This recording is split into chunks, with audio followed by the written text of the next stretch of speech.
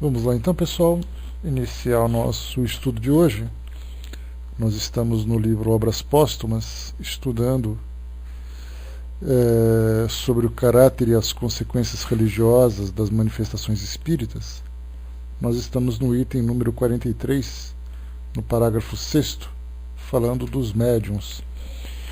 No nosso último encontro, nós entramos na parte em que Kardec começa a abordar um pouquinho sobre cada tipo de mediunidade. Então nós começamos com os médiuns de efeitos físicos, depois nós passamos para os médiuns sensitivos ou impressionáveis, falamos dos médiuns auditivos e hoje nós vamos entrar nos médiuns falantes. Lembrando mais uma vez que esse texto, ou esses textos que nós estamos estudando, Kardec faz um resumo, um apanhado geral daquilo que nós já estudamos no livro dos médiuns. Então a gente tem feito um estudo paralelo, só falando sobre mediunidade nos nossos dois estudos, do livro dos médiuns e do Obras Póstumas. Nós vamos entrar agora então no item número 44, que são os médiuns falantes, e Kardec diz o seguinte: os médiuns auditivos, que apenas transmitem o que ouvem, não são, propriamente falando, médiuns falantes. Esses últimos, com muita frequência, não ouvem nada. Neles, o espírito age sobre os órgãos da fala como age sobre a mão dos médiuns escritores. Bom dia, pessoal. Quando nós conversamos sobre os médiuns auditivos ou médiuns audientes, aqueles que ouvem os espíritos, mas normalmente não veem, e isso pode ser classificado como uma faculdade bastante produtiva, desde que as relações que o médium estabeleça com o mundo espiritual sejam relações saudáveis, espíritos amigos, espíritos instrutores, como pode ser bastante perturbadora, principalmente nos casos de obsessão, quando a pessoa ouve o tempo todo espíritos fazendo ameaças, espírito falando, provocando o desequilíbrio emocional daquela pessoa, inclusive provocando também constrangimentos nas relações sociais que ela tem. Então ela somente ouve. Normalmente nós também podemos, até poderíamos classificar alguns casos de pessoas que passam por transtornos mentais, de fato, ou transtornos emocionais, e de fato passam por esses transtornos, mas normalmente elas conversam sozinhas. E nesse momento em que elas estão conversando, muitas vezes elas podem estar ali vivendo essa experiência da mediunidade. Naturalmente não são todos os casos, nos transtornos psiquiátricos. Muitas pessoas conversam sozinhas, em virtude de todo o contexto que ela produz na sua própria mente. Então ela tenta interagir nessa realidade paralela que ela acaba criando, mas muitos casos são mediunidade bastante desequilibrada e também relações bastante problemáticas que esses médiuns acabam estabelecendo. No caso dos médiuns falantes, então, o que Kardec faz aqui uma separação do que é médium falante do que é médium auditivo, porque normalmente o auditivo ele transmite aquilo que ele ouve. Então ele pode dizer assim: alguém está dizendo para te passar tal informação, ou ele repete aquilo que ele ouve, não com os ouvidos do corpo físico, mas ele ouve através da transmissão do pensamento, e ele interpreta isso como sendo algo que ele está ouvindo, mas a gente lembra que é de pensamento para pensamento, e aí então ele acaba repetindo aquilo que ele ouve, como se alguém estivesse soprando alguma coisa ali no seu ouvido. Então nesse caso ele não é um médium falante, porque é ele que fala por si mesmo, e o espírito apenas transmite a ideia. A mesma coisa acontece também nos médiuns que são inspirados, daqueles médiuns que são dos psicógrafos, da psicografia intuitiva, quando os espíritos transmitem uma ideia e o médium apenas copia com a sua própria letra, com a sua caligrafia, na sua própria velocidade, da sua própria vontade, ele transcreve aquilo que ele ouve. Então a gente tem ali duas situações bastante semelhantes, tanto no caso da psicografia como no caso do médium audiente ou médium auditivo. Já os médiums falantes é um fenômeno bastante interessante. Lembrando mais uma vez que quando se fala em psicofonia, que é essa faculdade que a gente está estudando, ela acaba se confundindo, né, nos tempos atuais, pelo fato de se tornar bastante comum, do caso dos médiuns de incorporação. Né? Então, como a gente já conversou sobre isso, nós teríamos que trazer uma outra designação técnica, porque falar incorporação seria assim uma expressão mais vulgar de tratar esse fenômeno, né? Mas quando a gente fala sobre o espírito que tem a capacidade de controlar o corpo do médium, não por um processo de possessão, mas por um processo mediúnico mesmo, né, de influência espiritual, ele teria que ter uma outra denominação. Mas nesse caso, o que Kardec trata para nós aqui é exatamente daqueles que falam. Então, como o Espírito disse para nós, como Kardec disse aqui, o Espírito age sobre os órgãos da fala, como age sobre a mão dos médiuns escritores. Nesse caso, como é que nós podemos então imaginar, né, ou esquematizar esses órgãos da fala? A gente começa naturalmente com o aparelho respiratório, né, diafragma, pulmões, porque para poder produzir a voz é necessário que a gente tenha o ar para fazer com que as nossas cordas vocais vibrem. Então começa no diafragma, pulmão, nós chegamos ali na faringe, onde nós temos as cordas vocais, temos a boca, a língua, os lábios, a movimentação. Então o espírito, quando ele quer falar, através dessa mediunidade, ele controla no cérebro do médium somente as estruturas que coordenam esses aparelhos. Então o médium não precisa necessariamente gesticular, fazer movimentos com as mãos para poder falar. Então Kardec já comentou sobre isso numa das suas viagens, né, que foram registradas lá no livro Viagem Espírita de 1862 e outras viagens. Ele comenta um caso interessante, né, uma senhora que se encontrava ali à vontade e de repente ela começou a falar. Mas ela falava assim, você percebia-se que os olhos dela, né, ela olhava para outros lugares, não prestava atenção naquilo que falava, e simplesmente, né, ela conseguia articular essas palavras e elas saíam, né, e saindo as pessoas ouviam. Mas ela, por si mesma, ela não fazia ideia do que falava, a não ser daquilo que ela ouvia. Então ela ouvia a própria voz, ouvia a mensagem e a partir dali ela tirava suas próprias conclusões. É mais ou menos do que acontece com os médiums de psicografia, no caso dos médiums mecânicos. Como o espírito controla, através do seu sistema nervoso, somente o seu braço, o pensamento não passa pela sua mente. Então ele não faz ideia do que está escrevendo. Agora, no caso dos médiums semimecânicos, ao mesmo tempo que o espírito controla o movimento dos braços, do braço, né, que está escrevendo, das mãos também, ele também transmite o pensamento passando pela mente do médium. Mas o médium, nesse caso, ele fica numa condição absolutamente passiva, porque ele não interfere naquilo que o espírito está transmitindo através da escrita, né, nem na sua movimentação, nem no seu conteúdo. A mesma coisa acontece também nessa mediunidade da fala. Muitas vezes o médium não faz ideia do que está falando, as palavras vão saindo e ele, assim como as pessoas que estão ali presentes, acompanham aquilo que está sendo falado. Nós temos aqueles médiums que nós poderíamos classificar como sendo semimecânicos, no caso da fala, em que o espírito fala, mas ao mesmo tempo a ideia é transmitida no seu pensamento, na sua mente. Então ele vai acompanhando no mesmo momento em que o espírito fala. Embora, quando você fale alguma coisa, você vá ouvindo as palavras, há a necessidade de você organizar todas as informações que estão chegando para você formar uma frase, para você formar um pensamento, né? No caso desse médium, que a gente pode chamar de semimecânico, ele acompanha o raciocínio do espírito também. Então aquilo que vai ser falado, ele já está quase que sabendo o que está acontecendo. Então ele já tem uma ideia daquilo que o espírito pretende fazer, porque há uma conexão mente a mente mais clara, né? Embora haja conexão perispiritual entre eles, para que haja esse tipo de fenômeno, a mente não precisa necessariamente estar vinculada a uma outra. Então, nesse caso, nós temos essas várias graduações, desde aquele que não sabe absolutamente nada do que está sendo falado, somente depois que é falado e depois que ele raciocina em cima daquelas palavras, que ele tem um conhecimento, e nós temos aqueles então, em outras graduações mais leves, né, mais sutis, ele acaba então acompanhando o mesmo pensamento do espírito enquanto a fala. E continua para nós aqui. O espírito, querendo comunicar-se, serve-se dos órgãos que se encontra mais flexível.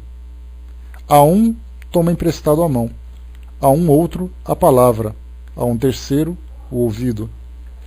O médium falante exprime-se, geralmente, sem ter a consciência do que diz, e frequentemente diz coisas completamente fora das suas ideias habituais, dos seus conhecimentos e mesmo do alcance de sua inteligência. Vê-se, às vezes, pessoas iletradas e de uma inteligência vulgar exprimirem-se nesses momentos com uma verdadeira eloquência e tratar com uma incontestável superioridade questões sobre as quais seriam incapazes de emitir uma opinião no estado comum. Embora o médium falante esteja perfeitamente acordado, conserva raramente a lembrança do que disse. A passividade, entretanto, não é sempre completa. Há aqueles que têm a intuição do que dizem, no mesmo instante em que pronunciam as palavras. Até aqui, então, para a gente poder considerar, quando nós falamos do médium falante, ou médium psicofônico, como nós colocamos aqui, é importante lembrar que quando se fala em incorporação, muitas vezes na incorporação o médium está inconsciente. E aí então a gente percebe que a incorporação é uma outra categoria de mediunidade que não é necessariamente a psicofonia. O espírito pode utilizar a psicofonia para falar, mas ele pode, junto com a psicofonia, controlar também o pensamento do médium, né, a mente do médium, o seu sistema nervoso e tomar, nesse caso, né, deixá-lo inconsciente naquele momento. Então nós vemos ali que são vários tipos de mediunidade que se combinam na incorporação. O Babudinho colocou, interessante, acho que nunca vi um médium psicofônico. Imagino que a incorporação seja mais simples do que controlar os centros da fala do médium, da mente do médium, ou estou enganado? Olha, Barbudinho, eu também nunca vi um médium exclusivamente psicofônico nesse formato que nós estamos estudando agora. No caso, a gente sempre vê os médiuns de incorporação, que é o mais interessante, né? É a voz do médium, né, fraterna, porque a voz não, vamos dizer assim, o som é produzido pelo médium, mas a entonação, o espírito pode interferir nesse caso, como a gente já viu, por exemplo, no caso de médiums que sofrem a transfiguração, como nós já falamos, né? A transfiguração é aquele caso em que o médium ele pode adquirir a aparência do espírito. É aquele caso em que o médium pode mudar a aparência do seu corpo. Ele pode ficar mais alto, ele pode ficar mais magro, ele pode ficar mais encorpado. Depende muito das características perispirituais do perispírito e daquilo que ele quer influenciar. E dessa mesma forma, como nós já estudamos, a transfiguração ela também pode ser um caso de atuação nas cordas vocais do médium. Porque aí então o espírito, através do seu perispírito, interfere na estrutura das cordas vocais, deixando ela, por exemplo, numa condição mais grave ou mais aguda, e aí então o som que é produzido vem do jeito que o espírito quer.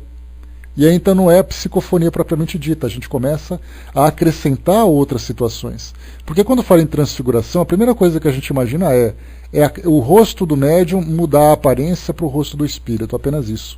E na verdade a transfiguração é qualquer alteração na estrutura física do médium que o espírito provoca. E isso pode ser na sua altura, a gente estudou sobre o senhor Douglas Home, que era aquele médium de efeito físico da época de Kardec, que nós estudamos no livro de Gabriel Delany, que ele fala um livro só sobre transfiguração, e aí então ele diz assim, dos casos que nós estudamos, né? O espírito diz assim, observe, né? Eram as pessoas que estavam ali presentes, para algumas ele disse, observem o pé dele, para perceber que o pé não sai do chão. E eles ficaram olhando. E para o outro grupo ele disse, observem a cabeça. E percebeu que o médium começou a esticar, começou a ficar mais alto, mais puxado para cima, por causa dessa mudança perispiritual. Então a gente vê que qualquer tipo de alteração física, estrutural, orgânica que é provocada no médium, isso é considerado transfiguração, inclusive na mudança da voz, por causa da mudança da estrutura das cordas vocais. Tá? Então a gente vê que, conforme a gente vai estudando, a gente vai agregando informações para perceber que o fenômeno, muitas vezes, o que se demonstra aparentemente simples, ele é extremamente complexo na sua fisiologia, na forma como ele se realiza. Né? Lá em cima o Barbudinho colocou o sotaque é do espírito, mas a voz necessariamente não. Às vezes o espírito pode falar numa voz extremamente grave, não necessariamente agressiva, mas ela pode ser grave. Nós já vimos casos assim de espíritos que, em processos obsessivos, uma mulher, por exemplo, sendo controlada pelo efeito de uma obsessão bastante profunda, muitas vezes ela pode falar com uma voz de homem extremamente grave. E não é simplesmente porque ela está modificando a sua voz, né? Mas na verdade existe uma mudança estrutural também no que está acontecendo. Né? Não, vamos coloca sempre em pauta para a gente conversar, fraterna. No caso que o Barbudinho colocou lá em cima, né? Quando se fala sobre o efeito de um processo de incorporação, ou no caso somente de uma psicofonia, talvez, eu acredito, Barbudinho, que normalmente os espíritos preferem a incorporação, até porque quando ele conversa com alguém apresentando as suas próprias características de gesto, né, dos trejeitos que ele acaba apresentando, no caso, por exemplo, uma médium, né, uma mulher que acaba incorporando um espírito homem, ele acaba sendo muito mais convincente apresentando as características de um homem. Né? Eu, quando conversei com o Dr. Hermer lá no Rio, lá na Casa do Caminho, a médium, eu me esqueci o nome dela agora, mas era uma mulher pequena, né, assim, um corpo miúdo, vamos dizer assim, e ela então incorporava esse médium, esse espírito, e conversando com ele pela postura, bem minhãozinho assim, pequenininha mesmo, mas do jeito que ele se sentava à mesa, né, nós estávamos conversando assim um de frente para o outro, então ele se colocava na mesa com uma postura que parecia que ele tinha 1,90 m ali. Né? E olha que não mudou nada, assim, mas apenas o jeito que ele se posicionava fisicamente. Então ele levantava, ele ficava em pé, ele conversava, ele olhava para você, e o modo como ele olhava era tão intimidador no sentido de autoridade moral que ele exercia, né? Porque era uma pessoa assim, extremamente dócil na sua fala, carinhosa nas suas colocações, mas ele demonstrava uma autoridade moral que isso você percebia que era uma característica do espírito, e não necessariamente da médium. Então por isso que eu acredito, isso é uma opinião minha naturalmente, né? Eu acredito, bom dia pessoal que chegou, que quando se fala sobre incorporação, dependendo do tipo de tarefa que você realiza, ele acaba sendo muito mais interessante pelo convencimento e por aquilo que você transmite na impressão que a pessoa recebe. Né? É mais ou menos assim, né? Aquele olhar de mãe que pode ser muito carinhoso ou pode ser muito autoritário dependendo das circunstâncias. Né? Então assim, no caso da psicofonia propriamente dita, eu também nunca vi, tá? Não vi, não conheço nenhum caso assim, pessoal de um fenômeno assim, mas eu acredito que talvez ele seja muito restrito para aquilo que os espíritos querem fazer. Se é o fenômeno apenas para estudo do fenômeno, é interessante os espíritos produzirem. Mas se é o caso de transmitir uma comunicação, imagina você estar numa reunião mediúnica, e aí então vem o mentor espiritual, e o médium olhando para a janela, olhando para cima, olhando para o nada, e somente a voz dele falando. Aí você começa a olhar assim e fica se perguntando, né? Será que é o espírito mesmo que está falando? Agora, no caso de uma incorporação, o espírito olha para você, o espírito gesticula apontando para você, ele faz os seus, né, faz toda a sua apresenta a sua característica através da expressão corporal, né? Então eu acredito que nesse caso as pessoas fiquem muito mais à vontade do que apenas a voz. Eu acredito que nesse sentido, né? O Dudu perguntou aqui se a voz do espírito é ajudada pelo ectoplasma, né? Exatamente. No caso, quando há esse processo de transfiguração combinado com a psicofonia, né? Então há essa mistura. Tá? Então, lembrando mais uma vez sempre, transfiguração não é apenas a mudança da aparência do rosto do médium. A transfiguração é qualquer alteração física que ele sofra pelo efeito do perispírito daquele médium, né? Que naturalmente vai usar essa combinação de ectoplasma para poder produzir essa mudança. Tá certo? Deixa eu ver aqui. Tá, mas fraterna, tendo dúvida, coloca aqui, não fica guardando dúvida não. Tá? Se a gente vai dar alguma voltinha para depois voltar para o assunto, a gente dá essa volta, não tem problema. E continua aqui. Né? Nesse caso, né, como foi lembrado um pouco acima, Nós temos aquele vídeo que eu já comentei com vocês várias vezes, né, sobre Divaldo Franco, quando ele transmite, né, Dr. Bezerra de Menezes transmite uma mensagem através dele naquele congresso espírita de 2004, né, você lembra, Barbudinho, quando teve aqui no Pautalk? A federação alugou uma sala aqui no Pautalk, aquela sala azul, e aí, então eles transmitiram ao vivo, né, aqui pelo Pautalk, o congresso lá em Paris. E ao final do congresso, o Divaldo, sendo filmado, né, pela produção do congresso, trouxe uma mensagem do Dr. Bezerra de Menezes. E nesse caso, ele começou a mudar a sua aparência facial, o rosto ficava um pouco mais caído, né, assim, de uma pessoa mais idosa, embora o Divaldo seja idoso, né, a gente fala de quase 9 anos, né, que isso aconteceu, mas dava para perceber claramente, né, da forma como eu falava, da voz, da expressão facial, da expressão corporal, tudo isso foram, né, alterações que aconteceram naquele momento, como sendo parte de um fenômeno mediúnico bastante complexo, né. Ali nós acreditamos pela forma, né, pela expressão facial, dava para perceber que parecia ser uma pessoa assim, um pouco mais, com o rosto um pouco mais cheio, né, um rosto um pouco mais velho, né, dava para perceber claramente como a mudança ali. A Araci colocou, vi uma reportagem em que uma fonoaudióloga disse que podemos mudar a entonação da nossa voz, então eu imagino que o espírito tem essa condição também. Sim, né? É difícil a gente fazer essa análise, Araci, claramente, de quando acontece um fenômeno, por exemplo, do caso da transfiguração na mudança de voz. Normalmente as nossas cordas vocais elas são bastante flexíveis, né? Então nós podemos fazer imitações, né? Como nós vemos, né? Imitações das pessoas brincando, nós imitamos vozes, imitamos pessoas e tal, né? Mas assim, quando acontece um fenômeno, a menos que ele seja muito claro, se é uma mulher, por exemplo, com uma voz de homem, ou se é um homem com uma voz bastante feminina, com bastante agudo, que foge das suas características naturais, nós poderíamos deduzir que isso faz parte de um processo de transfiguração. Agora, aquilo que a gente não pode ver claramente, fica meio difícil da gente imaginar, né?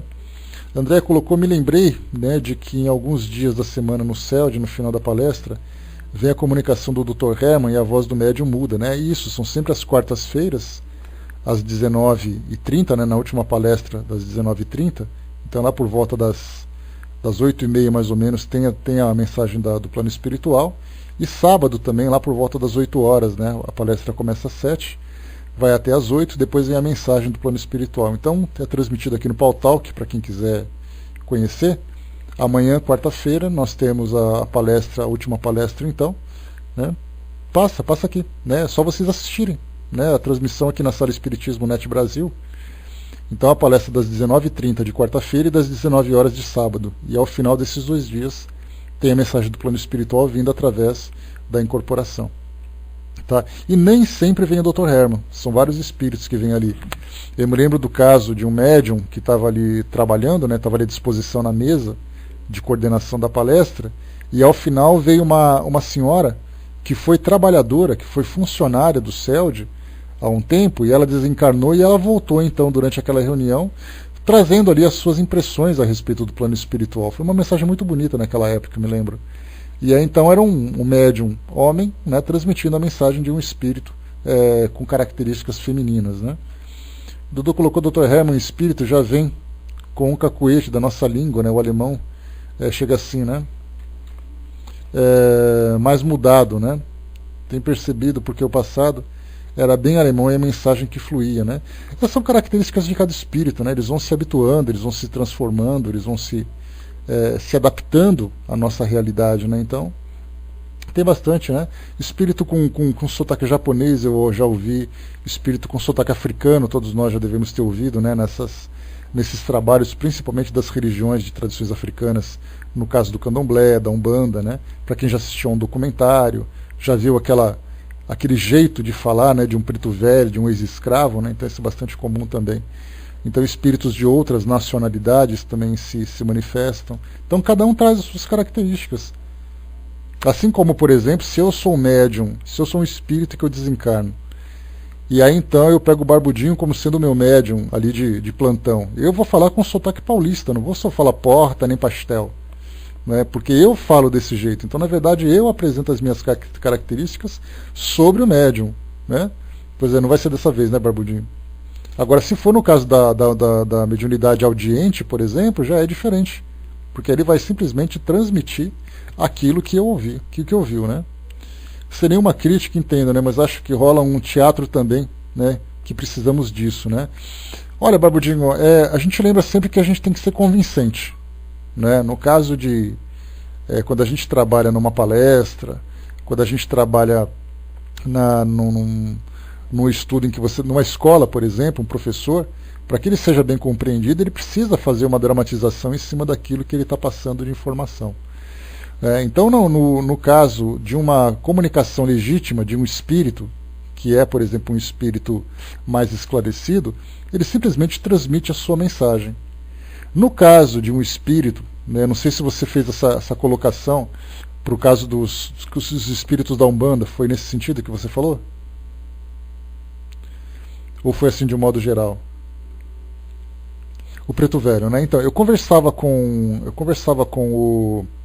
o Joaquim de Aruanda, lembra dele?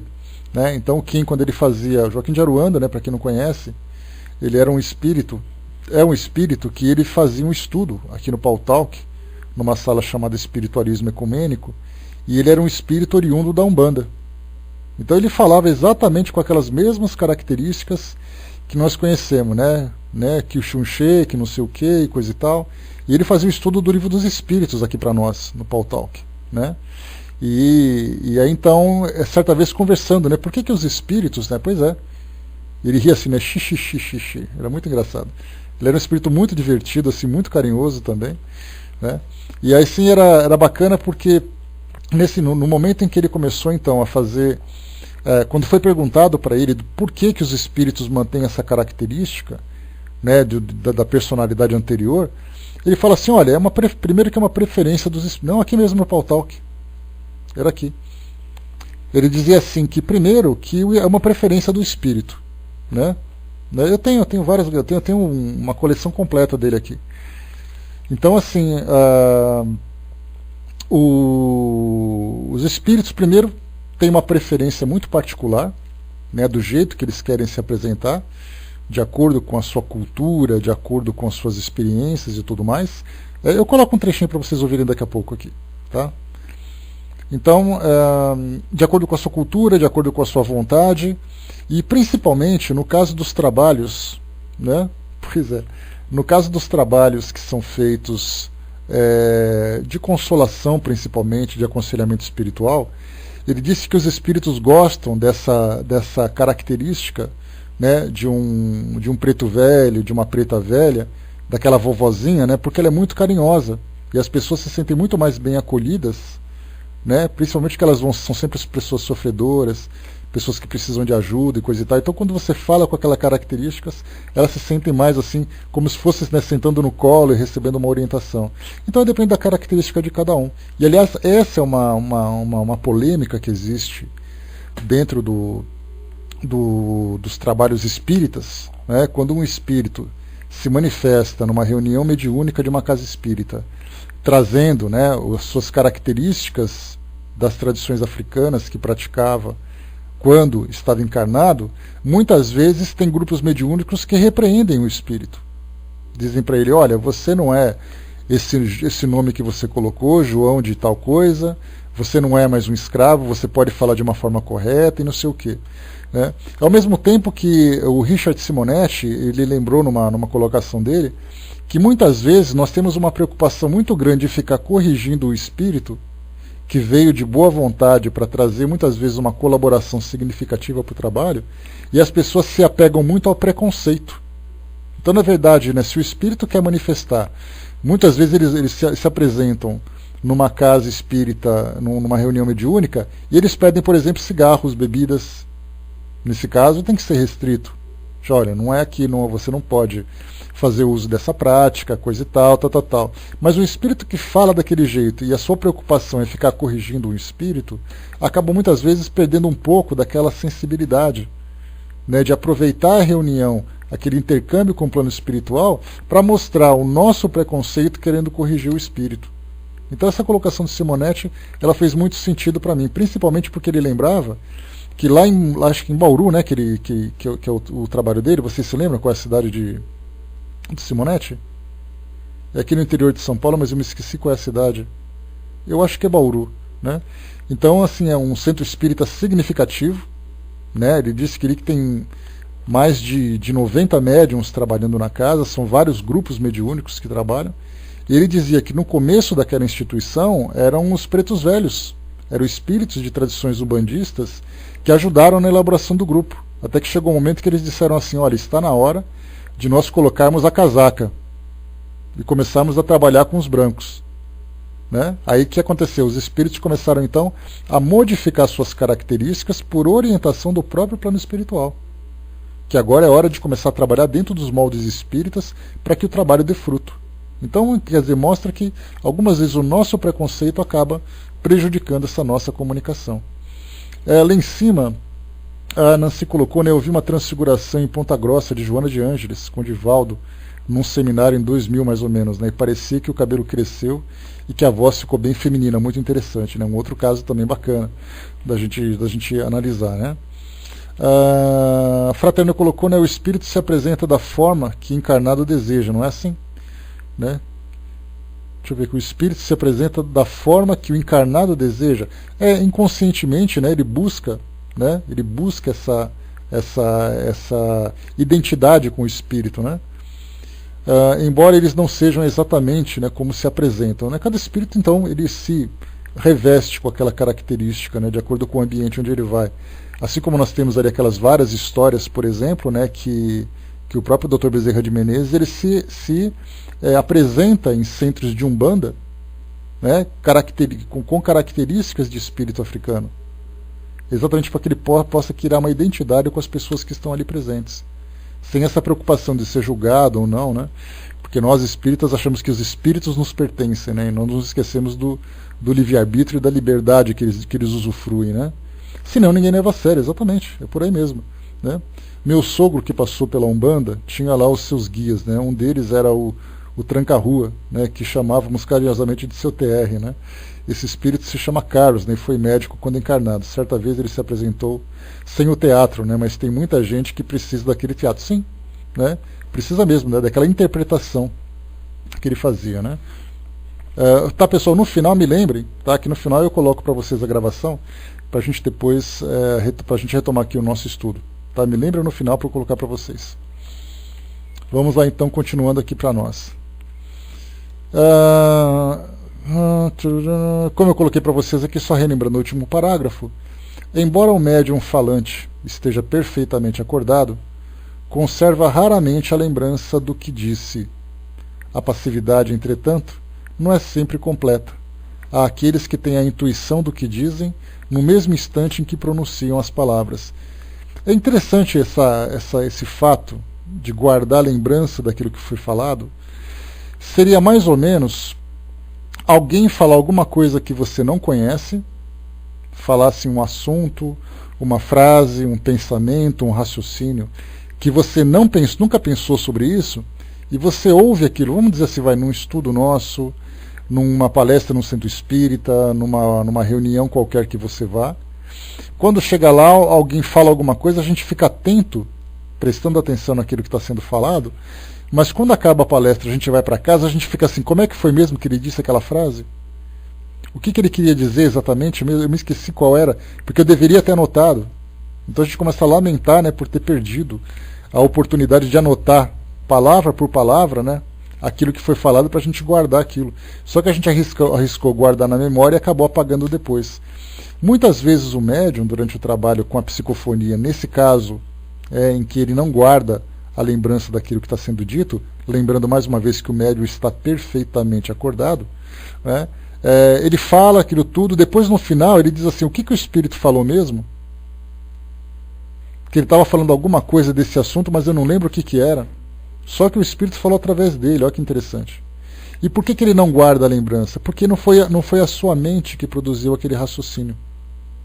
Se eu falo alguma coisa para vocês e eu estou trabalhando em cima daquela ideia, minha mente vem ali buscando recursos na minha memória, buscando uma lembrança, buscando um entendimento a respeito de um assunto que eu tenho, eu vou elaborando tudo aquilo, e a partir do momento em que eu elaboro e eu transmito, eu tenho, digamos assim, os rascunhos mentais daquilo que eu produzi. Então eu posso não dizer com as mesmas palavras, mas eu posso dizer a mesma ideia, porque fui eu que criei. Agora, se alguém me fala alguma coisa, se eu não tiver boa memória, já era. Não adianta. É como se eu pegasse uma poesia aqui, que você de um poeta que vocês não conhecem, e no final fica todo mundo dizendo, nossa, mas que poesia mais linda e coisa e tal. Passa para mim para eu poder guardar e ler depois de novo. E por que tudo isso? Porque não foram vocês que criaram. Aquele poeta ele estava inspirado naquele momento, estava passando por um estado emocional, uma experiência, então ele mesmo criou. Por isso que nesse caso, o médium, se ele não tem consciência naquela hora, ele tem uma dificuldade muito grande. Já o intuitivo, quando ele guarda a intuição daquela lembrança, é porque ele entrou em sintonia mental com o espírito. E aí então ele está acompanhando o raciocínio do espírito, então ele sabe como é que é. Então seria assim, embora eu não tenha criado aquela poesia, eu estava do lado do poeta quando ele estava pensando. Falando alto, raciocinando, rabiscando, então eu vi o que ele criava. Então eu consigo ter assim alguma coisa mais próxima, né, para poder guardar na minha memória. Essa é a dificuldade então que se tem no caso de uma psicografia, de uma psicofonia. E ele fala para nós também, né, a passividade, entretanto, não é sempre completa. Há aqueles que têm a intuição do que dizem no mesmo instante em que pronunciam as palavras. Então ele começa assim a antecipar aquilo que está sendo dito, porque ele já acompanha o pensamento do espírito. Lembrando sempre que quando nós falamos alguma coisa, a velocidade com que o nosso pensamento se transforma em palavras é algo muito rápido. Eu estou falando para vocês um monte de coisa aqui, e as lembranças e as ideias estão assim como se fossem uma cachoeira, né? Elas estão despejando assim, eu estou tentando pegar essas ideias e fazer com que elas se transformem em palavras. Se nós temos uma dificuldade para articular essas ideias, aí a gente começa a esquecer, começa a travar o raciocínio no meio, começa a gaguejar e começa a sofrer uma série de dificuldades. Agora, quando a gente consegue fazer fluir essas ideias e articular as palavras, a gente está tão acostumado a pensar e falar com essa facilidade que a gente não dá valor para a complexidade desse processo. Da gente pensar numa certa ideia, elaborar um raciocínio em cima dela e depois falar sobre ela de uma forma contínua. Olha que interessante. E algo admirável que eu acho nos palestrantes, né, naqueles grandes palestrantes que fazem as palestras, não só no meio espírita, mas qualquer grande palestra, nós temos assim alguns palestrantes que eles começam, né, tem assim uma hora de palestra, por exemplo. Ele fica durante 1 hora falando sobre um assunto, sem gaguejar, sem desviar sua linha de raciocínio. Dá a impressão de que ele fala como se ele tivesse aquilo gravado na memória dele. No meu caso, por exemplo, eu já percebi que eu tenho essa dificuldade, eu não consigo estabelecer um raciocínio assim muito longo. Para mim também, Barbudinho, eu não posso, como eu falei para vocês. Né, eu sempre gosto muito de fazer os nossos estudos, que a gente tem essa liberdade de conversar, de errar, de corrigir, coisa e tal. No caso de um palestrante, ele começa e termina. Eu vi uma palestra uma vez que eu ficava, assim, eu estava meio sem o que fazer naquela hora, eu ficava tentando procurar erros de exposição, não erro do assunto, né, porque ele era um grande conhecedor, mas para saber se ele gaguejava, porque eu pensei assim, bom, eu gaguejo tanto, eu falo rápido, eu gaguejo, eu mudo de assunto de uma hora para outra, às vezes eu atropelo as minhas ideias, eu quero ver se esse palestrante faz a mesma coisa que eu. Ele foi impecável na exposição dele. Do começo ao fim não deu uma gaguejada, não deu uma desviada, não deu uma parada, a coisa foi impressionante. E por isso que eu falei, é admirável a capacidade que ele tem de articular as ideias e de transmitir com tranquilidade. Aquela voz sempre naquele mesmo ritmo, naquela mesma frequência, naquele mesmo tom. As ideias, parecia que ele estava lendo alguma coisa com toda facilidade. E eu falei assim, um dia quando eu crescer eu quero ser assim. Né? Porque no meu caso é complicado. Né? O Brás colocou ali, né, que tem esse defeito de pensador compulsivo. E eu penso demais e falo muito rápido para tentar acompanhar o pensamento. Né? E para vocês que estão atrás, vocês estão ali correndo desesperado para poder entender o que eu estou falando, né? Porque quando eu me empolgo, vocês já sabem como é que é, né? A coisa assim é metralhadora. Então, aí eu tenho que parar, dar aquela respirada para poder segurar um pouquinho para voltar ao ritmo normal. Senão, né, a coisa pega, né? Então a gente vê, assim, nesse caso, a complexidade do que é, né, a capacidade de falar. Quando uma criança começa a articular, quando a gente estuda, por exemplo, psicomotricidade, né, e também psicopedagogia, né, que são duas matérias que são duas especializações da psicologia, da educação física e tal, a gente começa a entender como é que a criança começa a dar os primeiros passos, como é que a criança começa a apresentar os primeiros movimentos, como é que ela começa a falar, a balbuciar, aquela coisa toda. Então é algo absolutamente assim fascinante de entender. Vocês colocaram, você consegue coordenar o seu texto com a nossa interferência, né, que nem sempre se refere ao seu tema, né? Ah, mas isso aí acho que é uma coisa que a gente aprende a rebolar com o passar do tempo, né, o Araci. A Miriam colocou, mas às vezes o palestrante já fez várias vezes a mesma palestra, isso ajuda a fluir. Também pode ser. Mas o interessante é o estudo, né, Miriam? É aquela combinação de estudo, de boa memória, a capacidade de articulação também, né? Eu já vi, por exemplo, em algum desses congressos que a gente ouve aqui no Pautalk, ou que são transmitidos pela TVC e coisa e tal, eles fazem a palestra deles. Aí depois, no final do congresso, tem aquela mesa redonda, onde as pessoas apresentam perguntas, e os palestrantes vão respondendo, cada um de acordo com a sua área de preferência, área de especialização e coisa e tal. Aí, de repente, alguém faz uma pergunta que não tem nada a ver com aquilo que foi falado. E mesmo assim a pessoa fala, aí você para, fica de boca aberta pensando como é que ele consegue fazer isso. É uma habilidade que a pessoa tem. Assim como ele poderia acabar de falar, vir uma pessoa e começar a cantar no palco, com aquela voz bem ritmada, bem harmoniosa, bem melódica, afinada. Cada um tem uma habilidade. Né? Então, assim, por isso que a gente fala também que muitas vezes o médium favorece esse tipo de trabalho. No caso desses médiuns intuitivos, que de certa forma acompanham o raciocínio deles, dos espíritos, né, eles podem facilitar ou não a capacidade do espírito, a possibilidade do espírito transmitir uma mensagem ou não.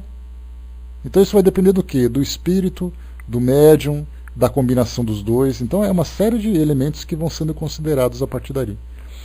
A Miriam lembrou, né, o Nazareno Feitosa mesmo, né, disse que ele já indica temas que ele já falou, já tem montado, né, mas acho que rola muita inspiração com certeza. Esses palestrantes renomados, quando eles são convidados, eles apresentam uma relação de temas que eles trabalham. Né? Então isso que eu vi uma orientação feita por quem, meu Deus? Pelo próprio Richard Simonetti. Ele diz assim, né, porque me convidaram para uma palestra, eu mando previamente uma relação de temas que eu posso tratar, aí então o grupo, né, que o convidou escolhe o melhor tema e a partir dali ele faz uma revisão, aquela coisa toda, né? O palestrante é diferente de uma aula com o professor, né? Acho que o professor já consegue essa manha de responder coisas diferentes em tempo hábil, né? Como você, né? O palestrante que só faz isso é meio preso no que ele constrói no seu diálogo na hora, né? Tem essa também, né? Mas para nós do meio espírita, né? Como a gente tem esse hábito de estudar muitos temas diferentes e tal, quando alguém pergunta alguma coisa está mais ou menos relacionado com aquilo. É claro que muitas vezes a gente solta, né, uma resposta assim meio incompleta, exatamente por falta, né, de um preparo mais aprofundado, que foi pego meio de improviso, que é mais ou menos o que acontece quando a gente faz o nosso tema livre, né?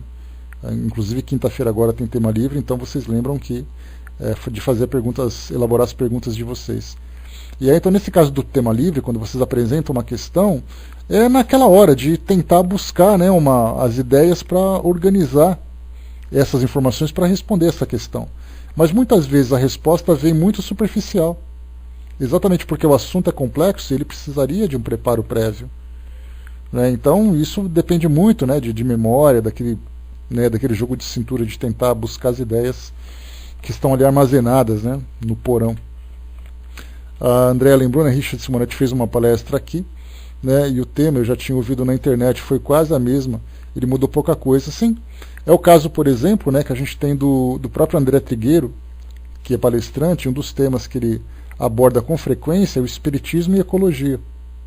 Então, na verdade, o que muda na palestra, nesse caso, é a ordem, é o perfil das pessoas que estão ali participando, a ideia que surge naquela hora, mas, na verdade, o conteúdo é praticamente o mesmo, ele só é reorganizado de acordo com o público, né? Essa é uma vantagem de ser palestrante, né? E é uma facilidade, né, para quem trabalha dessa forma. Continuando para nós aqui, então. A palavra é, no médium falante, um instrumento do qual o espírito se serve, com o qual uma pessoa estranha pode entrar em comunicação, como pode fazê-lo por intermédio de um médium auditivo. Há essa diferença entre o médium auditivo e o médium falante. É que o primeiro fala voluntariamente para repetir o que ouve, enquanto que o segundo fala involuntariamente. Né? O interessante para nós, quando a gente fala sobre essas reuniões que tem esses médiums falantes, normalmente é assim, nós não conversamos diretamente com o espírito. Quando esse caso, Barbudinho, que você tinha perguntado, que você tinha colocado lá em cima, aquela diferença, né, de psicofonia e de incorporação, quando você fala através da psicofonia, ou seja, quando o espírito está ali consciente, a ideia que a gente imagina é que você não fala com o espírito. Você fala a frase e o espírito responde através do médium. No caso da incorporação, você tem a impressão de estar falando diretamente com o próprio espírito. Exatamente pelo fato dele se apossar, né, do médium, não no caso de possessão, né, mas gesticular, ter a sua expressão, a forma dele falar e tudo mais, né? Então eu acho que a incorporação tem essa característica de você falar diretamente com ele, enquanto que no caso da psicofonia, o médium apenas fala aquilo que o espírito está transmitindo, não através da audiência, mas através da fala mesmo, né? Então tem essas diferenças, mas eu também nunca vi nenhum tipo de trabalho feito somente com psicofonia, né? Bom dia, pessoal que chegou. O próximo item aqui, 45, médiuns videntes. A gente já viu isso daqui também no nosso livro dos médiuns, e ele diz o seguinte: dá-se esse nome às pessoas que no estado normal e perfeitamente acordadas gozam da faculdade de ver os espíritos.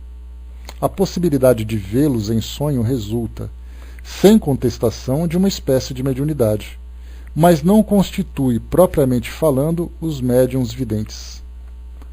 Explicamos essa teoria, a teoria desse fenômeno, no capítulo das visões e aparições de O Livro dos Médiuns, né?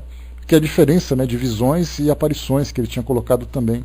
E nós lembramos sempre que quando se fala sobre a materialização de espíritos, quer dizer, várias pessoas veem o espírito ali se fazendo presente, sem que a maioria seja médium vidente. Então eles veem o espírito que ele está ali aparecendo, todo mundo viu, a maioria vai correr naturalmente, né, porque não está preparada para isso, mas os médiuns videntes, nesse caso, pode ver aquele espírito se materializando, ou pode ver também o espírito apenas entrando em sintonia mental. Você entra em sintonia de pensamento com ele, e ele então se faz presente para você, e aí você capta ali a sua presença, de acordo também com uma série de graduações. Então nós temos ali aqueles médiuns que conseguem ver detalhes, como nós temos aqueles médiuns que veem assim apenas as características mais grosseiras, né? Como por exemplo os olhos, os braços, o formato do corpo, o cabelo.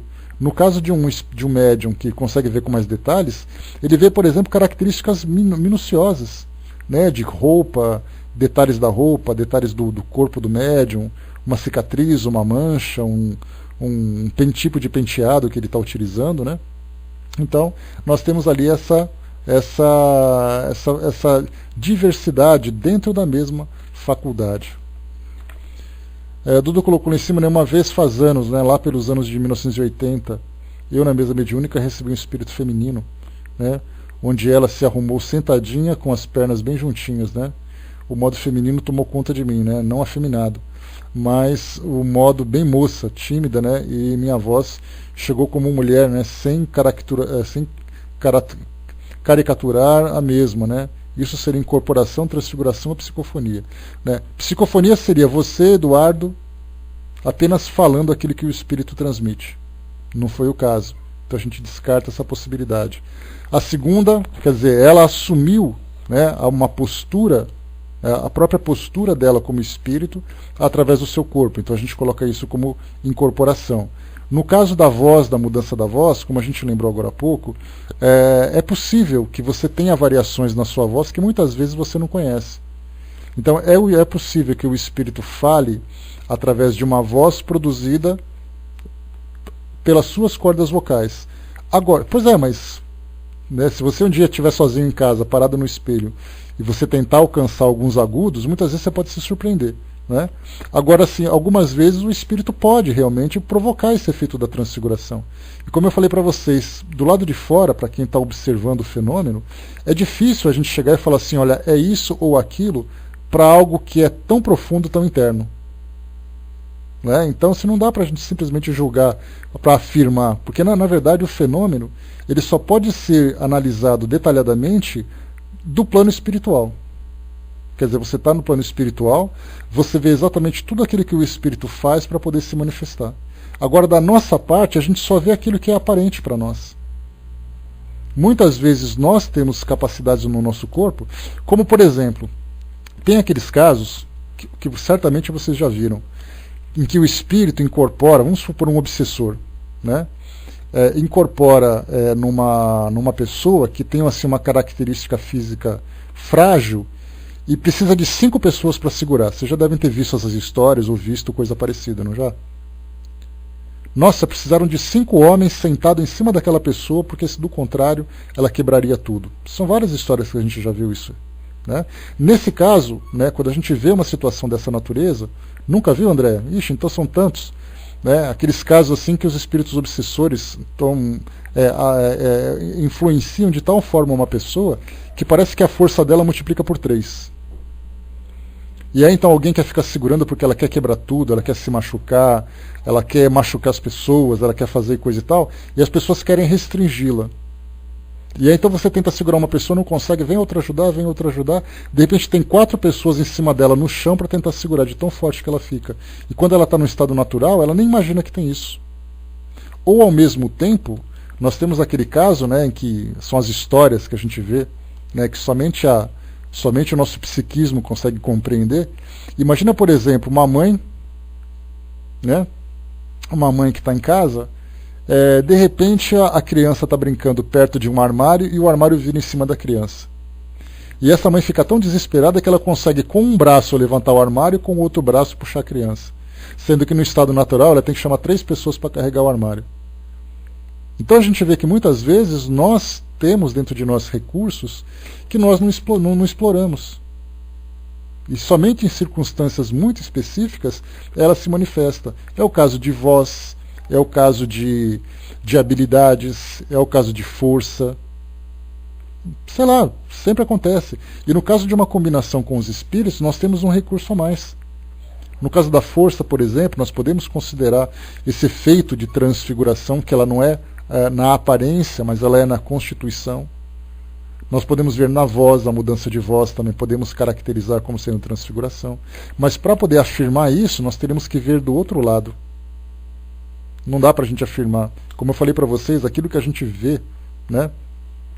Mas no caso da xenoglossia, Hermes, já é diferente, né? Porque já é uma parte mais intelectual. A gente fala da mudança de tom de voz, que já é um efeito físico nesse caso, né? Que é o da transfiguração. Né? Então a xenoglossia já é um pouco diferente desse caso que a gente está colocando. Então, como eu falei para vocês, o fenômeno mediúnico, muitas vezes, ele é como uma vitrine de uma doceria. Você passa em frente à vitrine, aí você vê assim os docinhos, o bolo, aquela torta. Quer dizer, você vê as coisas prontas, mas você não está na cozinha para saber como é que elas foram feitas. Nesse caso que a gente fala, da mediunidade, nós estamos do lado de fora da vitrine. Você vê apenas aquilo que o fenômeno te mostra, mas não dá para entender como ele aconteceu exatamente. E o que Kardec procurava fazer naquela época era tentar fazer investigações, comparações, perguntas, para tentar detalhar exatamente como as coisas acontecem, para evitar que nós criemos fantasias a esse respeito. No caso de Transfiguração, por exemplo, que o cinema mostra isso, mas de uma forma exagerada, mas que isso pode acontecer, é o caso, por exemplo, daquelas pessoas que, né, dentro da visão popular, ela está possuída por um demônio e de repente ela consegue fazer movimentos corporais que normalmente ela não faria. Que, aliás, movimentos corporais que nosso corpo sequer conseguiria fazer, por causa das articulações, da musculatura, dos tendões, das limitações. Aquela cena clássica, né, do exorcista, quando a pessoa vira a cabeça, né, a moça ali vira a cabeça completamente, né, a 180 graus, isso é possível de acontecer. Existem alguns fenômenos que possibilitam isso. É o caso, por exemplo, da própria transfiguração. Aquele caso do exorcismo, aquela aparência, aquela movimentação e tudo mais, é um caso de transfiguração. Através dos nossos estudos, a gente tira completamente todo o misticismo em torno daquilo. Todo o misticismo em torno da fantasia, do poder do demônio. O mesmo poder que esse suposto demônio teria é o mesmo poder que qualquer espírito que tenha conhecimento e capacidade para isso faria. A diferença é que ele provoca aquilo exatamente para poder chocar aquilo que as pessoas fazem. Né? O Francis lembrou, aconteceu comigo quando pequeno, né? Mas a sorte é que meu pai estava em casa também, né, e saí debaixo do armário sem nenhum arranhão, né? Pois é. Então, quer dizer, acontece assim também, né? O Hermes colocou, né, honestamente, nunca vi em psicofonia médium homem dar passagem ao espírito que foi mulher, em encarnação pregressa, né, falar com voz feminina. Né? Então, Hermes, são, como eu falei para vocês, né, a psicofonia propriamente dita, que a gente colocou, é que vocês chegaram agora, né, vocês perderam o começo, mas a psicofonia, o espírito toma conta somente daquela estrutura que provoca a fala, né? Diafragma, pulmões, cordas vocais, a boca, língua, lábios. Né? Então tudo isso daí o espírito utiliza para poder falar.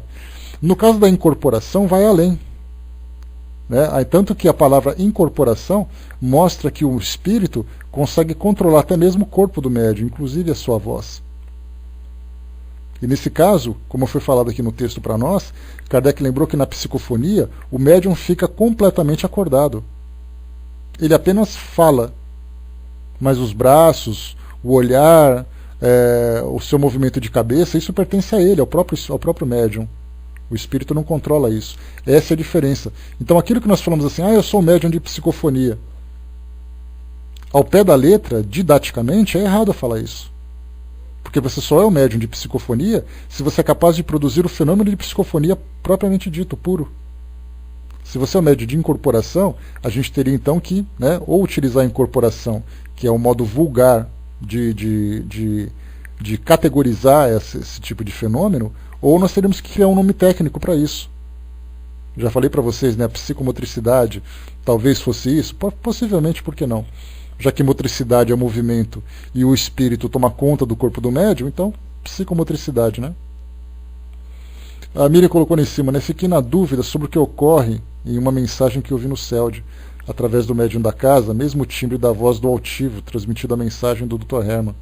Achei que fosse gravação, né? O altivo, normalmente, porque assim, né, Miriam, tem uma semelhança de voz, porque quando assim, homem que fala através de homem, o espírito masculino que fala através de um homem, é muito mais fácil porque a estrutura orgânica dele, no caso das cordas vocais, do timbre e tudo mais, permite essa facilidade. Então é muito pouca variação. E a gente se impressiona muito mais do jeito do espírito falar do que necessariamente pelo tom de voz. Fica muito parecida. Mas é o jeito dele falar que dá aquela mudança. Né? E no caso de um espírito feminino que fala com características femininas, que fala através de uma mulher, também é a mesma coisa.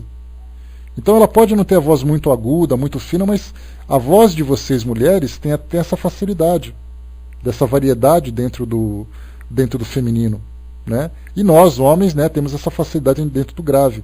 Agora, quando há, por exemplo, um espírito feminino que tenta falar através de um homem e faz essa mudança de voz, alcançando uma tonalidade que ele não consegue normalmente, que a sua estrutura vocal, a sua estrutura fônica, vamos dizer assim, não consegue alcançar, a gente já começa a considerar então a possibilidade de um fenômeno de transfiguração. Ou quando um espírito masculino fala através de uma mulher, né, com uma mudança de voz muito drástica, completamente diferente que ela alcançaria, já começamos a considerar também o fenômeno da transfiguração. Agora, como a gente viu, por que o espírito faz isso? Muitas vezes para poder impressionar as pessoas que estão ouvindo. Você vê, por exemplo, um espírito com a voz do altivo, para poder conversar com pessoas que frequentavam aquela instituição e quase todo mundo conhecia o altivo, quer dizer, ele falar daquele jeito é para ele uma forma dele convencer realmente as pessoas de que é ele. Então cada espírito vai utilizar o recurso de acordo com a necessidade. Se é, por exemplo, falar somente com os dirigentes da casa, que são pessoas mais esclarecidas, que são mais íntimas e tudo mais, ele não teria necessidade, a gente imagina, né, de utilizar o recurso para tentar convencer pelo tom de voz. Agora, para poder falar publicamente, para poder falar para as pessoas que estão ali presentes, utilizar esse recurso seria o modo mais prático. Então, depende do espírito, da necessidade, da possibilidade de utilizar isso também, né? Deixa eu ver aqui que vocês colocaram. A Cindizinha lembrou lá em cima, né, no caso do filme Stigmata, é a mesma coisa, né? Aquele caso, vocês se lembram, né? No filme Stigmata, que é com o Gabriel Byrne, aquele ator, que mostra que ele veio para o Brasil, né? A história é legal porque ele é um padre que faz parte de um departamento de investigação de milagres do Vaticano. E ele vem no Brasil fazer aqui uma investigação de uma santa que estava chorando. E aí então essa santa era o padre, né, que veio desencarnar, ele estava ali sendo velado, então a santa começou a chorar. E aí então o garotinho que estava ali na igreja tirou da mão do cadáver, né, do padre, o terço dele e foi vender na rua. E a moça, uma americana que era uma turista aqui no Brasil, comprou esse terço do garoto na rua, que ele estava vendendo ali como se fosse um camelozinho, né? E ela foi para os Estados Unidos. E lá então ela começou a sofrer os efeitos daquele fenômeno, que foi o caso primeiro os estigmas, né? Os estigmas a gente lembra que são aqueles sinais de Jesus, né? Que na época da crucificação. Então os estigmas são as marcas dos espinhos na testa, a marca da lança cravada no tórax dele, os cravos nos punhos, nos pés, né? Então esses são os estigmas. E ela começou a apresentar estigmas, começou a apresentar fenômenos de incorporação, até que teve aquele momento do filme em que aquela moça ela sofreu o fenômeno da transfiguração, um espírito muito velho, né, a incorporou e o rosto dela mudou, a sua pele. Isso é possível acontecer, embora aquilo tenha acontecido no filme, né? Então ela começou a falar em latim, que ela não sabia, começou a escrever numa língua morta, que ela não conhecia, a aparência dela se transformou, e depois ela foi para a cama e voltou no seu estado natural. Então todo mundo fala assim, mas isso é filme. Sim, é filme, mas acontece que nós temos muitos fenômenos que são muito parecidos com esses. Então só nesse filme nós tivemos ali nessa cena, nós tivemos vários fenômenos que aconteceram ao mesmo tempo. Eu não lembro exatamente qual que era, Ju, se era aramaico, se era hebraico, né, mas tinha ali era uma língua que era desconhecida até então, né? Então nós temos vários casos ali também. E essa parte, né, essa parte bacana de pegar os filmes do cinema é que primeiro isso estimula cada vez mais a nossa capacidade de estudo. Porque você vê um filme e você fala assim, isso aí não pode ser verdade. Aí você começa então a analisar, a fazer isso, a fazer aquilo e tal, e tira as conclusões. E ao mesmo tempo a gente consegue ilustrar aquilo que em teoria nós estudamos nos nossos estudos, já que nós não temos contatos, né, com tantos fenômenos assim. Os fenômenos acontecem numa forma muito restrita, né, ou na casa de alguém que a gente nunca está perto para poder ver, ou às vezes até agradece por não estar perto, né, porque a gente sempre fala assim, eu queria ver como é que é a incorporação. Até que a gente está na casa de alguém, acontece uma incorporação, a gente não sabe o que fazer. Aí o bicho pega, né? Então, ou acontece dentro dos centros espíritas, dentro de grupos de trabalho. E como os grupos de trabalho são muito restritos, né, você tem que ter, por exemplo, tem que fazer curso, você tem que ser médium, tem que ser assim, virou agora assim uma elite, né, vamos dizer assim, infelizmente, o trabalho em grupo mediúnico, né? Porque a gente não tem mais grupos de estudos, grupos de trabalhos onde você pode... porque os grupos de estudos de mediunidade normalmente são para os médiums. Mas quer dizer então que se eu não sou médium eu não posso participar? Então eu acabo ficando assim meio que sofrendo bullying, né? Fico assim meio que afastado. Então a gente não presencia mais esses fenômenos, né? Mas acontece muita coisa. Em reuniões de desobsessão, por exemplo, é muito comum acontecer essa parte de transfiguração da voz, a transfiguração da fisionomia, a mudança de força física, muitas vezes materialização, muitas vezes o cheiro do ambiente se transforma. Né? Então muitos fenômenos acontecem, assim, luzes que ficam ali presentes.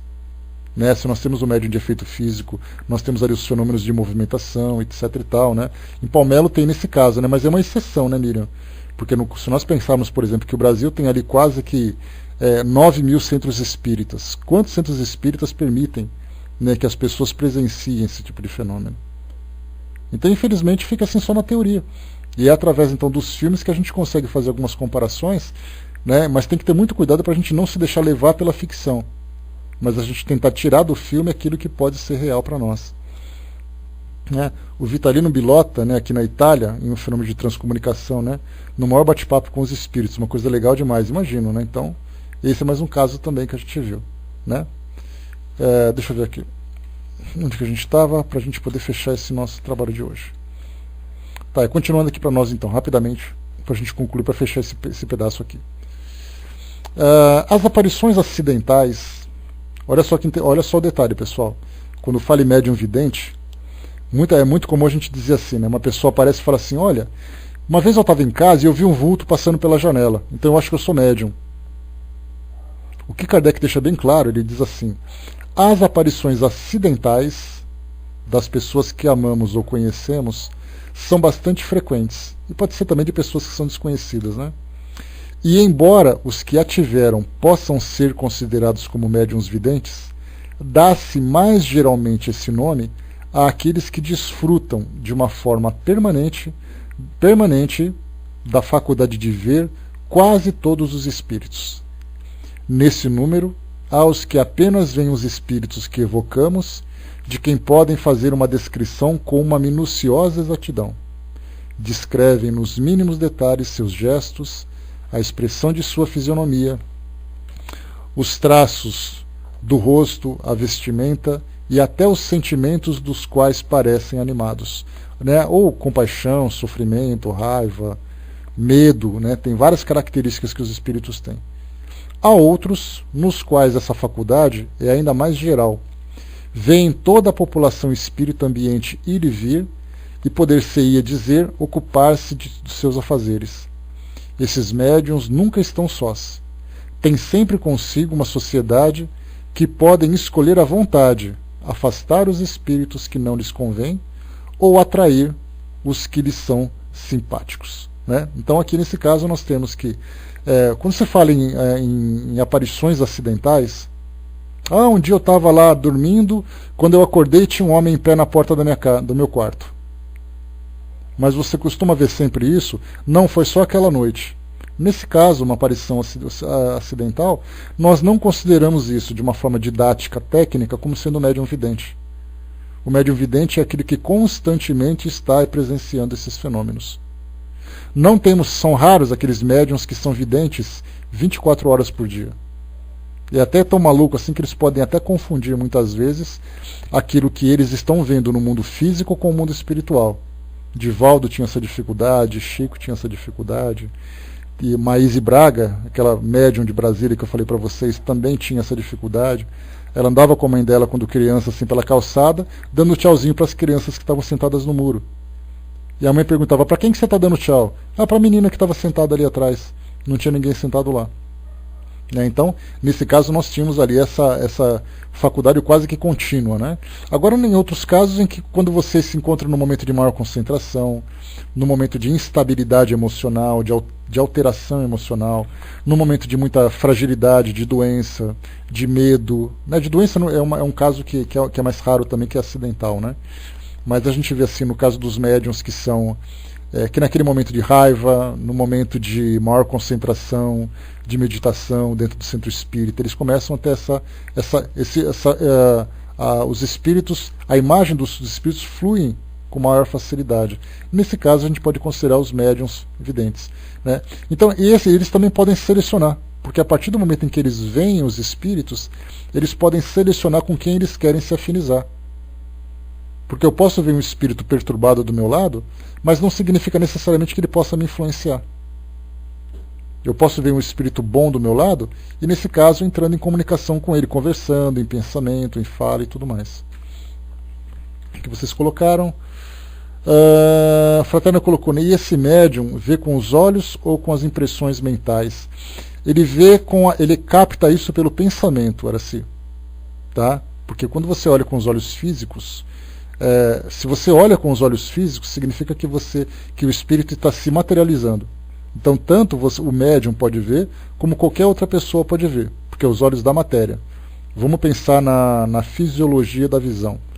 Quando a gente estuda biofísica, que é uma matéria normalmente técnica dos cursos superiores da área de saúde, o que é biofísica? Você estuda normalmente os efeitos da luz, os efeitos das ondas eletromagnéticas, os efeitos da reflexão, né? Então, o que é a nossa visão? Nossos olhos têm algumas células que são estimuladas são células fotossensíveis. Significa que a intensidade da luz que estimulam essas células. Então vem a luz do sol, de uma lâmpada, de uma lanterna, bate num objeto, essa luz volta em direção aos nossos olhos, estimulam essas células e o nosso cérebro então interpreta aquela imagem. Isso é o efeito. Se um espírito sofre o efeito da luz e essa luz reflete nos nossos olhos, significa que são os nossos olhos físicos que estão vendo. Então qualquer pessoa pode ver, desde que ela tenha uma visão normal, ou que permita que ela tenha essa visão. Agora, no caso de um espírito que ele se apresenta para um espírito em uma visão, né? E na sua visão ele consegue perceber o espírito, mas ninguém faz isso, significa que é uma sintonia entre o perispírito do médium com o perispírito do espírito. Então eles entram em sintonia e o espírito começa, na faixa do pensamento, perceber a presença do espírito, com maior ou menor nitidez de acordo com a sensibilidade. Essa é a diferença que tem entre um e outro.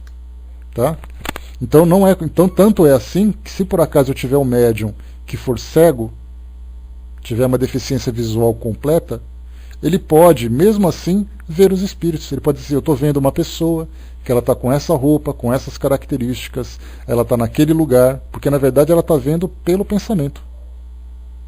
Ela está vendo por essa sintonia fluídica que existe entre ele e o espírito. Tá? O Zé colocou para nós lá, né, acontecia isso com a minha sobrinha. Sempre que ela estava na cozinha da casa de minha mãe, ela sempre dizia que via uma menina, né? Pois é, nesse caso, né, a gente vê se essa visão é contínua, significa que ela é de fato médium vidente, não é uma visão acidental. A Lívia colocou, né, tem um garotinho que mora perto de mim. Ele brinca com a irmãzinha dele que faleceu. O mais impressionante é que nunca falaram para ele sobre ela, né, de maneira detalhada, né? Bacana também, bem interessante. O Dudu colocou ali para a gente fechar uma pergunta que pode ser ridícula para uns, mas para mim, né, eu sempre me pergunto, né? O desdobramento acordado existe? Sim, existe. Né? Tanto o desdobramento acordado, né, que é o caso daquelas pessoas que se veem saindo, né? Nós até estudamos sobre isso também. Eu trouxe para vocês um caso aqui. Ou isso será evidência, né? Queria saber se eu posso desdobrar acordado ou não, né? Só dormindo. Quando eu digo, eu pergunto tudo que vem na dúvida, né? Não, porque assim, o desdobramento, ele acontece normalmente com mais facilidade quando nós nos encontramos... Ah, é a Rose que está aí, beijo, Rose. Então nós encontramos com mais facilidade quando a gente está no momento de relaxamento. Tá? Então imagina, por exemplo, que você acabou de almoçar aquela feijoada, né? Aquela carne seca com paio, orelhinha de porco e tal. Depois comeu aquela melancia de sobremesa, dá uma deitadinha na rede, qualquer um desdobra nessa hora, né? Não tem jeito. Então aquele médium, aquele indivíduo que tem uma característica orgânica, que isso é dele, tá? Ele tem essa característica, essa facilidade de emancipação, Então ele começa a sentir os efeitos da emancipação. Isso não é mediunidade, tá? Isso é anímico. Importante a gente lembrar. Se torna mediunidade quando ele começa a interagir com os espíritos. Aí então ele se torna médium. Então esse é um caso mais comum, quando a gente está no estado de relaxamento, quando a gente está no estado de dormindo. Agora tem casos em que eu comentei com vocês assim certa vez, foi o caso do Gabriel Delany, que ele contou essa história, que ele viveu isso na época de faculdade. Ele fazia medicina, e aí então ele estava num grupo de amigos, sentados à mesa, estudando, e ele então, sabe aquela parada, quando você está assim meio distraído, que você fica olhando para o nada? A gente fica com aquele olhão arregalado assim, né? Todo mundo olhando assim para você, estalando o dedo na frente, ô, acorda, ô, tô falando com você. Muitas vezes, quando você está nesse estado, né, o médium de emancipação, significa que a consciência dele está emancipada, ele está prestando atenção em outra coisa, num estado de desdobramento, e o corpo físico dele está acordado. É assim que muitas vezes a gente identifica aquelas pessoas que estão em desdobramento, quando nesse caso ela tem tem a capacidade de se emancipar. Então isso pode acontecer no estado dormindo, como pode ser no estado acordado. Eu tinha um colega, que eu já comentei com vocês, um amigo que eu comentei com vocês já, ele estava sentado no quarto dele mexendo nos livros, estava lendo alguma coisa, e de repente ele sentiu que ele estava encostado no teto do quarto dele, vendo ele sentado, lendo os livros. Que na verdade ele estava naquele estado de desligamento, né? Que ele estava assim meio que aéreo lá embaixo, né? E ele ficou desesperado, porque ele queria voltar, então ele tentava esticar o braço para poder pegar o corpo de volta. Porque ele tinha medo de cair, né? Porque ele estava no teto do quarto. E ele estava acordado, mexendo num livro. Então isso pode acontecer sim. Tá? Deixa eu ver aqui, né? Mas se eu acordado e estou me vendo em outro lugar, e não ali onde estou, né? Seria o quê? Dupla vista? Não, dupla vista, Dudu, não é quando você vê duas coisas ao mesmo tempo. Dupla vista é uma vista é física e a outra vista é espiritual. Se você está em desdobramento, normalmente você tem a vista espiritual ativa. E a vista física está desativa. Está desativada nesse caso. Né? Então, quer dizer, foi o que eu falei para vocês. No momento de emancipação, porque o corpo, na verdade, ele se movimenta com naturalidade quando o próprio espírito controla o corpo.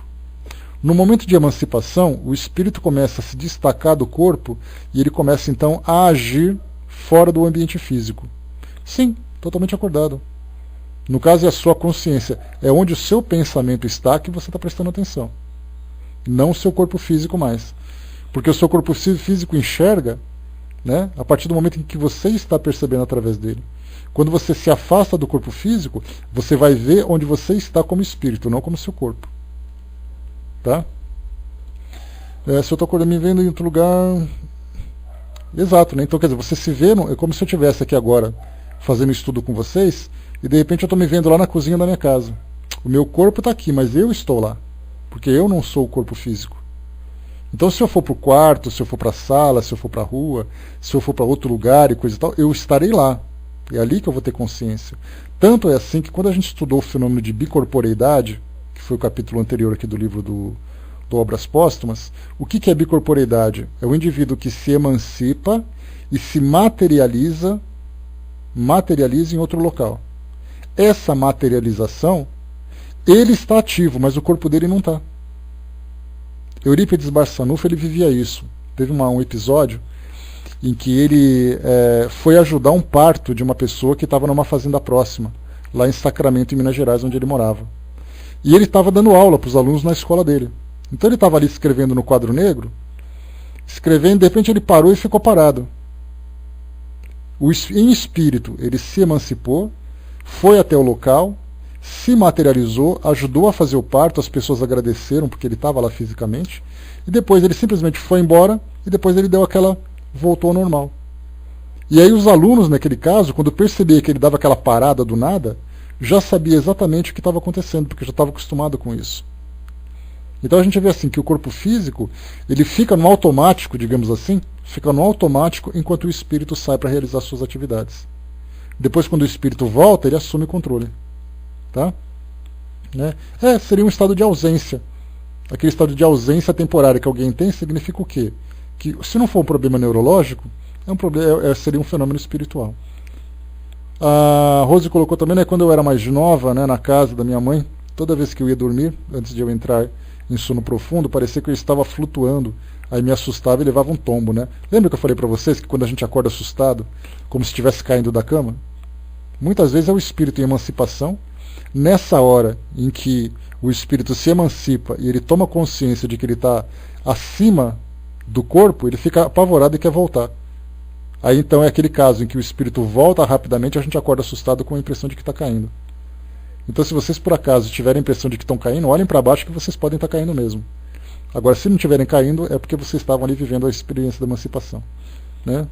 Minha mãe falava que eu estava crescendo. Todo mundo fala isso, né? Não, se você tem a impressão de que está caindo, é porque você está crescendo. Na verdade, é emancipação. Né? Deixa eu ver aqui. Deixa eu ver aqui. Ah, caiu, Ju. Tá certo. Só para lembrar, para fechar aqui, pessoal, a Liliane colocou também, né, uma noite desta, eu via meu corpo dormindo, né, queria voltar, mas alguém não deixava, eu chorava, fiquei desesperada. Acordei com minha filha me chamando, porque literalmente eu estava chorando, né? O que aconteceu? Foi só um pesadelo real demais ou algum fenômeno mediúnico? Os dois casos, tá, Liliane? Não dá pra gente afirmar categoricamente, né? Porque cada um vive experiência muito particular. Mas não são raras as vezes em que pessoas que têm essa facilidade de emancipação, ela entra em contato com o mundo espiritual. E entrando em contato com o mundo espiritual, ela pode estar em contato com espíritos que querem, de alguma forma, trazer algum tipo de prejuízo. Então você quer voltar desesperadamente, alguém não deixa você voltar, e depois você volta assustado e coisa e tal. Né? Então muitas vezes essas experiências que são negativas, que deixam essa impressão negativa de medo, de choro, de pavor e tudo mais, claro que é uma experiência negativa. Mas a gente tem que pensar assim, né? Isso pode ser o efeito da imaginação? Pode. Isso pode ser um efeito anímico combinado com o mediúnico? Pode também. Agora teria que observar assim, outras repetições, né, disso acontecer. Como é o caso que eu já falei para vocês em emancipação, aqueles casos de pessoas que acordam durante a noite e não conseguem se movimentar, o corpo está paralisado. Lembra que eu falei para vocês? Então você acorda, não consegue se mexer, fica apavorado, tenta gritar e ninguém ouve, e coisa e tal. Muitas vezes é a consciência que já despertou do médium no momento da emancipação, mas o seu perispírito está ali fazendo aquela ligação lenta e tranquila. E aí então gradativamente o espírito vai assumindo de novo o controle do próprio corpo, e depois de uns 2, 3, 5 minutos ele começa a voltar ao normal. E isso é apavorante para quem não sabe o que está acontecendo. Imagina você acorda e diz assim, eu não consigo mexer meu corpo, eu queria gritar, ninguém ouvia, eu queria me mexer, não sei o que, não sei o que. É algo assustador para quem não está acostumado. Aí nessa hora o que quer fazer assim? Calma, mentaliza ali um pensamento agradável, um pensamento bonito, um pensamento tranquilo, e espera que tudo vai voltar ao normal. Né? Isso aí simplesmente é aguardar um pouquinho mais que isso volta. Né? Acontece, né, Ligeirinho? Imagina que seja pavoroso mesmo. Né? E para acabar, gente, senão a gente não vai embora hoje. A Liliane colocou lá também, né? Isso acontece sempre, né? Eu acordo, mas meu corpo parece que não responde de imediato. Também é horrível. É só esperar um pouquinho mais, Liliane, com tranquilidade. Né? Isso aí pode ser efeito da emancipação. Pode ser efeito da emancipação, tá? Que aí rapidamente volta ao normal depois. Então, em vez de ficar apavorada, fica assim, vai, tem que esperar. Imagina assim que um trem parou na tua frente e a porta não abriu. Você tem que ficar parada pensando, esperando. A porta abriu e você vai. Né? E normalmente entra em estado de prece, que fica mais tranquilo, que isso harmoniza a sua mente, te tranquiliza, né? Muitas vezes você recebe a sua ajuda e tudo mais. Tá bom? Pessoal, fechando por aqui. Concluímos aqui então o item 45, falando de médiums videntes. O próximo vai ser médium sonambúlico. Vamos falar sobre o sonambulismo e a mediunidade no item número 46. Mas não é, Ju, não é verdade? Fechando por aqui então, pessoal. Eu vou passar para o nosso amigo Francis. Né? Vai com Deus, gente. Até mais. Vai com Deus, fraterna. Vou passar para o nosso amigo Francis, que vai fazer o encerramento para nós. Depois a gente volta. Né? Lembrando sempre, né, que o que a gente passa aqui nessas informações, pessoal, são teorias. Né? Agora sim, na prática, cada um vivencia experiência muito particular, com experiências combinadas, com graduações diferentes, em situações específicas. Né? Então não é uma